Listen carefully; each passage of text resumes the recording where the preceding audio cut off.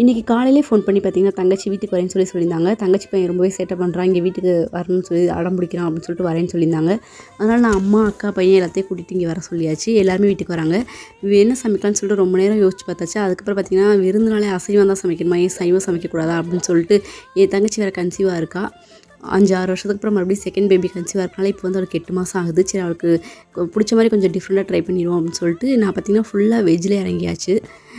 என்னென்ன சமைச்சிருந்தேன்னு பார்த்திங்கன்னா சாம்பார், ரசம், அவளோட ரொம்பவே ஃபேவரட் பார்த்திங்கன்னா வத்த குழம்பு தான். சரி அது எல்லா பாயசம், வடை எல்லாமே சேர்த்து செஞ்சாச்சு. ரொம்பவே சூப்பராக இருந்துச்சு இன்றைக்கி டே. நல்லா சமைச்சிட்ருக்கையில இடையில பார்த்திங்கன்னா ஒரு 12 மணி இருக்கும். அப்போ சின்ன பிரேக் எடுத்துக்கலான்னு சொல்லிட்டு ஆப்பிள் ஜூஸ் தான் போட்டு வச்சுருந்தேன் நான். அவங்க வந்தால் கொடுக்கலான்னு சொல்லிட்டு ஜூஸ்லாம் குடிச்சிட்டு மறுபடியும் சமைக்க ஆரம்பிச்சிச்சு. ஃபைனலாக பார்த்திங்கன்னா கேரமல் பாயசம் செஞ்சுருந்தேன். இந்த வெஜிடேரியன் விருந்தில் ஒரு சின்ன சிக்கன் மட்டும் வறுத்து வச்சாச்சு. ரொம்பவே நல்லாயிருக்குன்னு சொல்லிட்டு ஈவினிங் பார்த்திங்கன்னா கொண்டக்கடலை வடை சுட்டு ஃபில்டர் காஃபி ஃபர்ஸ்ட் டைமாக ட்ரை பண்ணி ரொம்பவே சூப்பராக இருந்துச்சு. என்னோடய வீடியோ பிடிச்சிருந்தா லைக் பண்ணுங்கள். தேங்க்யூ ஃபார் வாட்சிங்.